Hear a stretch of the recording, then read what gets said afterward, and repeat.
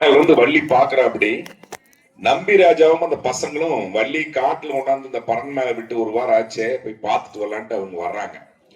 அவங்க வர்றத வள்ளி கொஞ்சம் தொலையா இருந்தே பாத்துறாங்க. பறன் மேல இருந்துட்டு பார்த்துட்டு இந்த வேடுன்னு மட்டும் சொல்றாங்க, நீ என் கூட வம்பு இழுத்துட்டு இருக்கிற, எங்க அப்பா அண்ணனெல்லாம் என்ன பார்க்க வந்துட்டு இருக்கிறாங்க, தயவு செய்து இந்த இடத்துல இருந்து நீ போயிரு, இல்லைன்னா அவங்க வந்தா வேற மாதிரி ஆயிரும்னு வள்ளி அவங்களை எச்சரிக்கிறாங்க. உடனுக்குடனே இந்த முருகர் பார்த்தா அப்படியே அந்த இடத்துல ஒரு வேகமரமா மாறி நின்றார். உங்களுக்கு எல்லாம் தெரியும், இப்போ விநாயகர்னா அரச மரம் இருக்கு, ஆலமரம் இருக்கும், அம்மன்னா வேப்ப மரம் இருக்கும். ஆனா முருகருக்கு என்ன மரம்னா வேங்க மரம். ஏன் வேங்க மரம்னா, இப்ப வேங்க மரத்து பாத்தீங்கன்னா அது நம்ம தென்னிந்தியாவில மட்டும்தான் இருக்கு, உலகத்திலேயே எங்கேயுமே இல்லை. அந்த வேங்க மரத்துல முருகருக்கு காவடி செஞ்சு, வேங்க மரத்துல காவடி செய்வாங்க, செஞ்சு எடுத்துட்டு போவாங்க. அந்த வேங்க மரத்துல காவடி செஞ்சு எடுத்துட்டு போய் வருஷத்துல ஒரு நாள் அந்த காவடி வச்சு ஆடினா உடம்புல எப்பேற்பட்ட தோல் நோயா இருந்தாலும் போயிடும். அதனாலதான் முருகருக்கு அந்த வேங்க மரத்துல காவடி செஞ்சாங்க. நீங்க குழந்தைகளுக்கெல்லாம் பார்க்கலாம், வேங்க பொட்டுல பால், வேங்க பால் இருக்கு இல்லைங்களா, அதுல பொட்டு வைப்பாங்க. ஏன் வைக்கிறாங்க அப்படின்னா, நம்ம ஏதோ திருஷ்டி பொட்டுன்னு நினைச்சிட்டு இருக்கிறோம். அது இல்லைங்க. நம் முன்னோர்கள் அதையெல்லாம் கணிச்சு என்ன பண்ணாங்கன்னா, குழந்தையை பார்த்தா நிறைய பேர் எடுப்பாங்க, கண்ணத்தை கிழுவாங்க, முத்தம் கொடுப்பாங்க. அப்போ அவங்களுக்கு ஏதாவது இந்த மாதிரி தோல் வியாதி அந்த குழந்தைக்கு வரக்கூடாது அப்படிங்கறக்காதான் வேங்க பொட்டுல வேங்க பால்ல பொட்டு வச்சாங்க.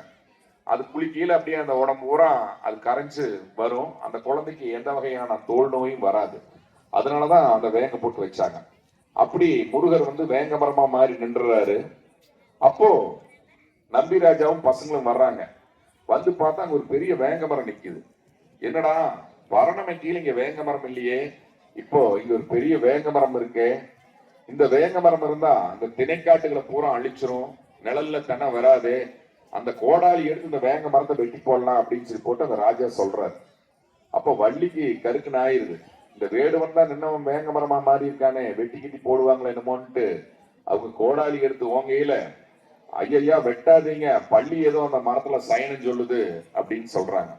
பள்ளி சயனம் சொல்லுதா அப்படின்னு அந்த மரத்தை வெட்ட வேண்டாம், விட்டுறலாம், நம்ம ஜோசியர் கேட்டு வெட்டினா போதும், அது வரைக்கும் நம்ம தங்கச்சியும் காட்டுக்குள்ள இந்த வெயில தான் இருக்கிறாங்க, இந்த வேங்க மரம் இருந்துச்சாதுன்னு விட்டுட்டு போறாங்க. அந்த நிகழ்வு எப்படின்னா, செய்தாத்தான் நன்னே நானே நன்னம் தான், நன்னே நானே நன்னம் தானே நானே நன்னம் தானம் தானே நானே நன்னம் செய்யாதான் நன்னே நானே நன்னம் தானே நானே நன்னம் தானே நானே நன்னம் தானம் தானே நானே நன்னம் செய்தாதிக்காலம் கண்டறியின் இந்த ஒரு வெங்க மரம் திருப்பதன்ன அன்னார்களே ஆட எடுங்களடா கோடாரியே.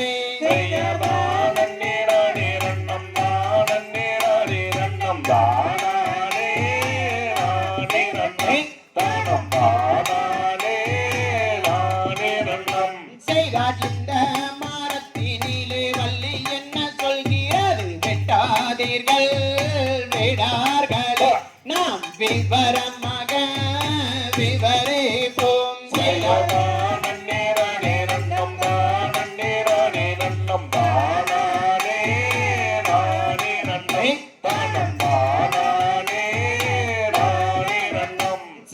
தங்கை வள்ளி நாயகிக்கு வெங்க மரம் வந்த வீரம் தெரியாதோ ரங்காயரே, ஆட இது போதுமை ரங்காயரே.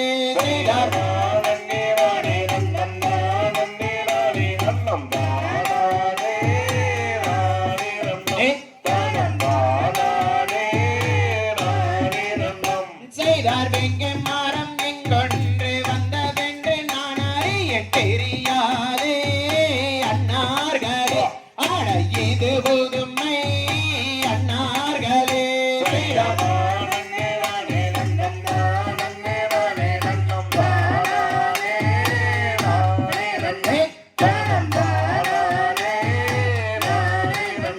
செய்தார் வேல செல்லந்தோ தன் என்று விவரமாக சொல்கிறது, கெட்டாதிகள் விடார்களே, நாம் அதற்கு செய்த காதல் செய்வோம்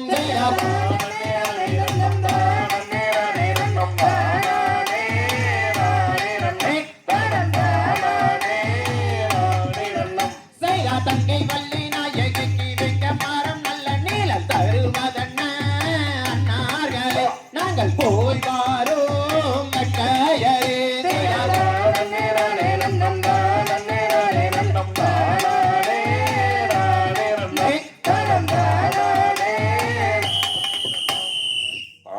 தையாதத்தினோம் தகதிகனும் தாதாதைய தையத்தோம்